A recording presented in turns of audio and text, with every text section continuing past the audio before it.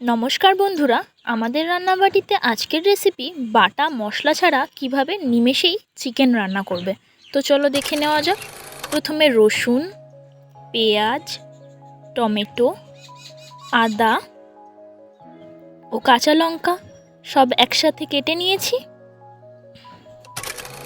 এরপর কড়াইতে তেল দিয়ে মাংসটাকে হালকা করে ভেজে নেব। প্রথমেই বলে রাখি, আমরা এখানে সরিষার তেল ব্যবহার করেছি, তোমরা চাইলেই সাদা তেল ব্যবহার করতে পারো।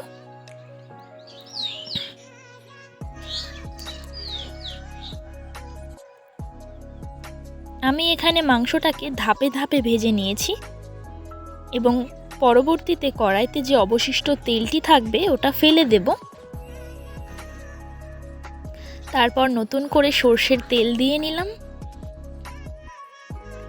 ফোড়ন হিসেবে গোটা এলাচ, জিরে, তেজপাতা ও লবঙ্গ দিয়ে দিলাম। এরপর কেটে রাখা পেঁয়াজ এবং কাঁচা লঙ্কাগুলো সব একসাথে দিয়ে নিলাম। বলে রাখি, আমি এখানে আদা এবং রসুন ছাড়া কোনো রকম মশলা পেস্ট করে নিইনি। এর কিছুক্ষণ পরে টমেটোগুলো দিয়ে দিলাম।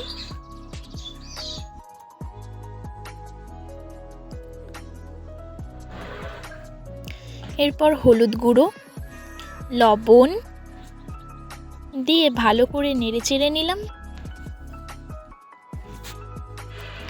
এরপর আদা আর রসুন বাটাটা দিয়ে নিলাম। এরপর অল্প একটু জল দিয়ে ভালো করে মশলাটা কষিয়ে নেব।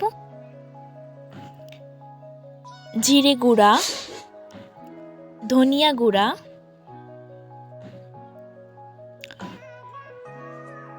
এবং লঙ্কা গুঁড়ো দিয়ে নিলাম। আমি এখানে কাশ্মীরি এবং লাল লঙ্কা দুই রকম গুঁড়োই ব্যবহার করেছি।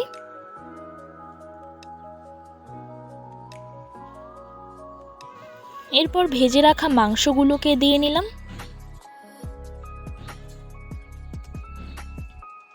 দিয়ে ভালো করে মাংসটা নেড়েচেড়ে নেব, যাতে মশলার সাথে মাংসটা খুব ভালোভাবে মিশে যায়। এরপর কিছুক্ষণের জন্য ঢেকে দেব। ঢাকনা খুলে এবার ভালো করে নেড়েচেড়ে নিলাম, যাতে কড়াইতে কোনোভাবেই ধরে না লাগে।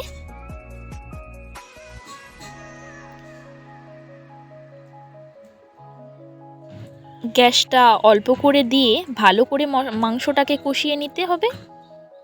এরপর পরিমাণ মতো জল দিয়ে 5 মিনিট ভালো করে ফুটতে দেবেন, যাতে মাংসটা খুব ভালোভাবে সিদ্ধ হয়।